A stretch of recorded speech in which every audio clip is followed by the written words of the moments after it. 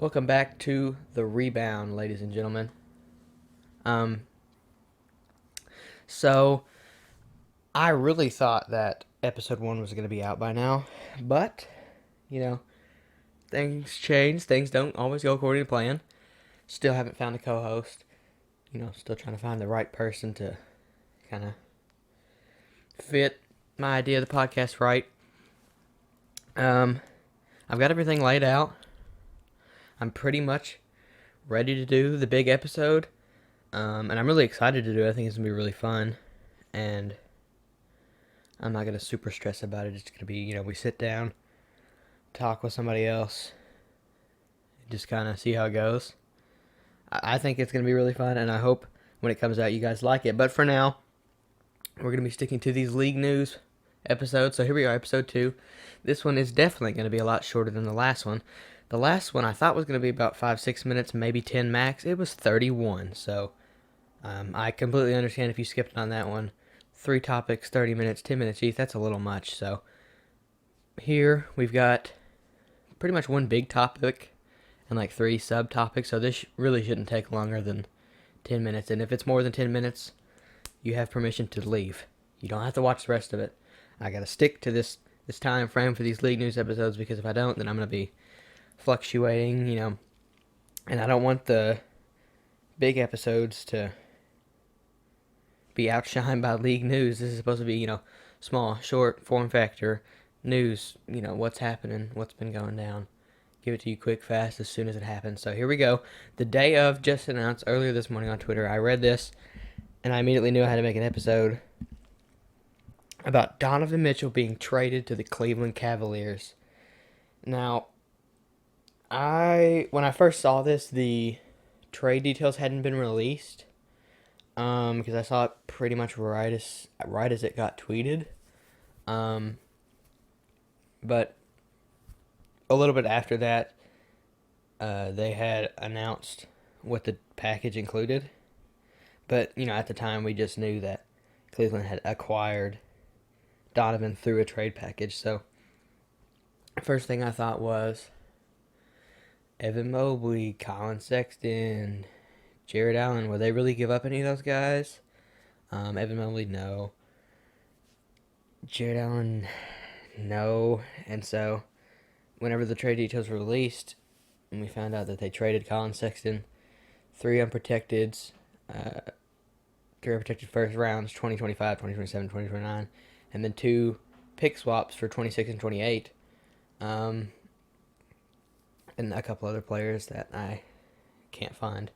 But I was like, okay, that makes more sense now. So we have the full picture of what happened in the trade details, and what the league's going to look like next year with Donovan Mitchell being on the Cavs. So I just thought I'd give you what I thought might happen, what the standings might look like, and how this team is going to fit in our league, and what they might play like. So first off, I want to say that I completely thought that Donovan was going to go to the Knicks, because they had engaged in, trade talks multiple times with, I don't even remember who was in the package, because it's been like a week or 2 now. But, I figured he was going to go over there. There would be a nice young core, definitely a play-in team, potentially, 7, 8 seed. I didn't think they were a lock, like some others in the space did, but I did feel like they were going to be a pretty good team. I thought they would definitely be play-in, maybe get the 7th, 8th seed. I think 7th seed was probably their ceiling if they got Donovan. But that didn't end up happening. It fell through. And he's on the Cavs now. Colin Sexton going over to the Jazz.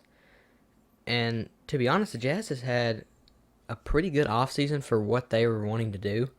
Obviously, you look at it in a bubble, you're thinking, okay, they got rid of Rudy Gobert. They got rid of Donovan Mitchell now. They got rid of Patrick Beverley because they just traded him to the Lakers. What are they doing? What are the Jazz doing? But, they've said multiple times that they want to become a rebuilding team, because you look at what they had and their two main stars, Rudy Gobert, playoff underperformer, and Donovan Mitchell, who was really bad on defense last season.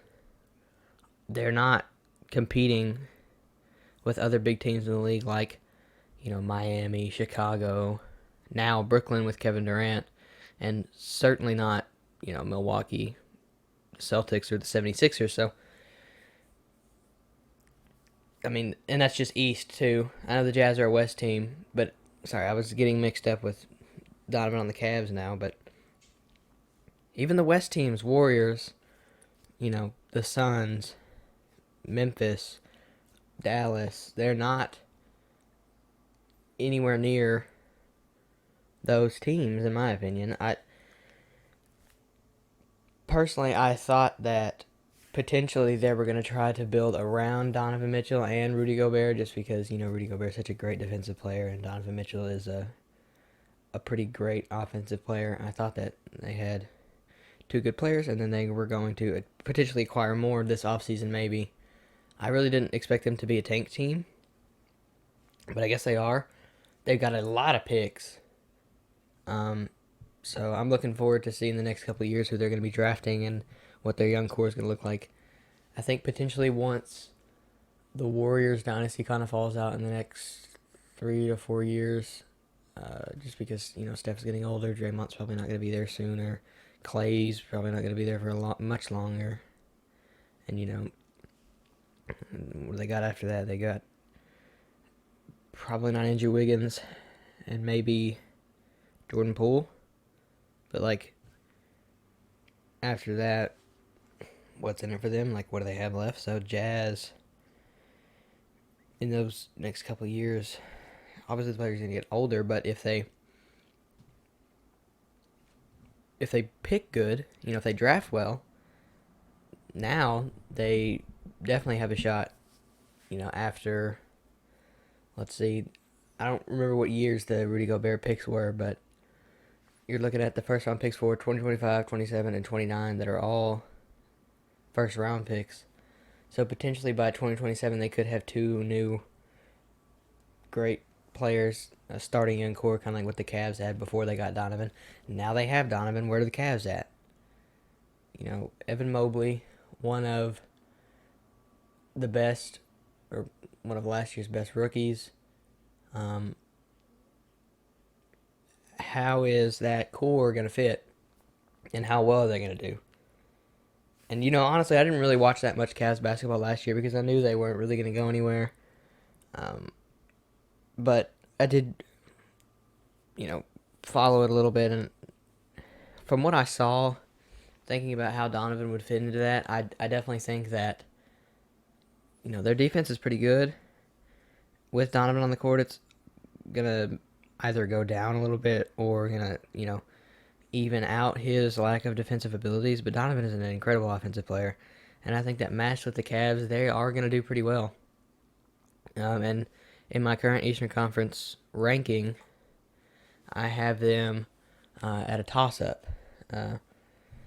They could be a play-in team, with Charlotte, with New York, with the Wizards, and potentially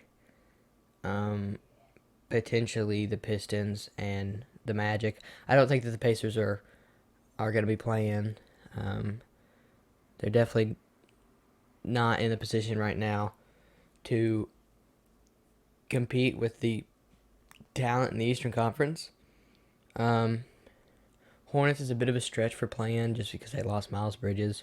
But Knicks looking pretty good. Wizards, they re-signed Bradley Beal, which we'll talk about in the bigger episode, but they did pretty good at the beginning of last season. Kind of fell off.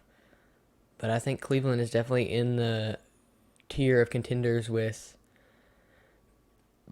maybe Atlanta, kind of bordering on Atlanta, and then maybe the Raptors. I think that the Raptors are going to be pretty good this year, and I think that they're definitely a toss-up. Could be playing, could be, a playoff lock.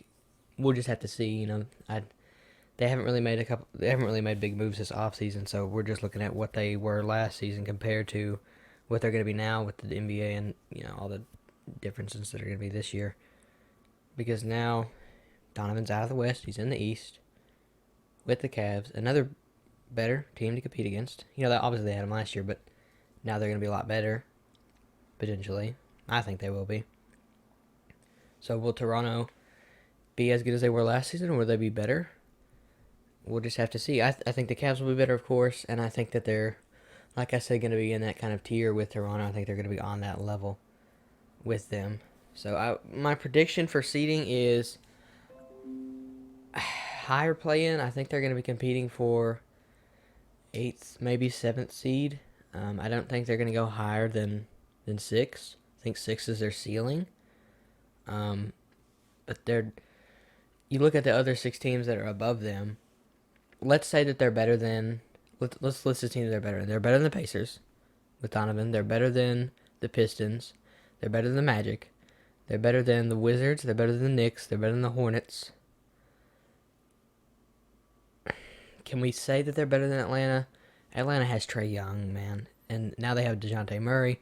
We don't know what that core is going to look like, but can you say that they're going to be better? No, not necessarily. Are they going to be better than the Raptors? We don't really know. So you're looking at, let's say they are better than Atlanta and they are better than Toronto. There are 6 teams that are undoubtedly going to be better than the Cleveland Cavaliers. 3 title contenders. You got Milwaukee, you got Boston, you got the Sixers, right? Playoff locks. You got Miami, Chicago, and to me, Brooklyn is a playoff lock with Kevin Durant, re-signing or deciding to stay, and Kyrie. So that's automatically 6 teams that are better than them. So the ceiling is, if they absolutely ball out and get the 6th seed, that is the max they can do. I think it's realistic that they're a 7 or an 8th seed. Are they better than Atlanta? Are they better than Toronto? That is the question. As of right now, I don't see them being better than Atlanta, but I do think that they could definitely be better than Toronto. So I'd say 7 or 8th seed is where they're going to be at. But that's just my opinion. Could play out differently this season. We don't know, but that's all I've got for you. I hope you enjoyed. I hope you agree with me. I hope you got some kind of knowledge out of this. I hope it kind of opened how you're thinking about this a little bit wider, Let me know in the comments or on Facebook or Twitter or wherever you're seeing this what you think is going to happen and your opinions on this trade. Overall, definitely a great trade for Cleveland. Honestly, pretty good trade for Jazz. What they're going for, of course. But, yeah, that's all I've got to say. And I guess I'll see you guys in the next one.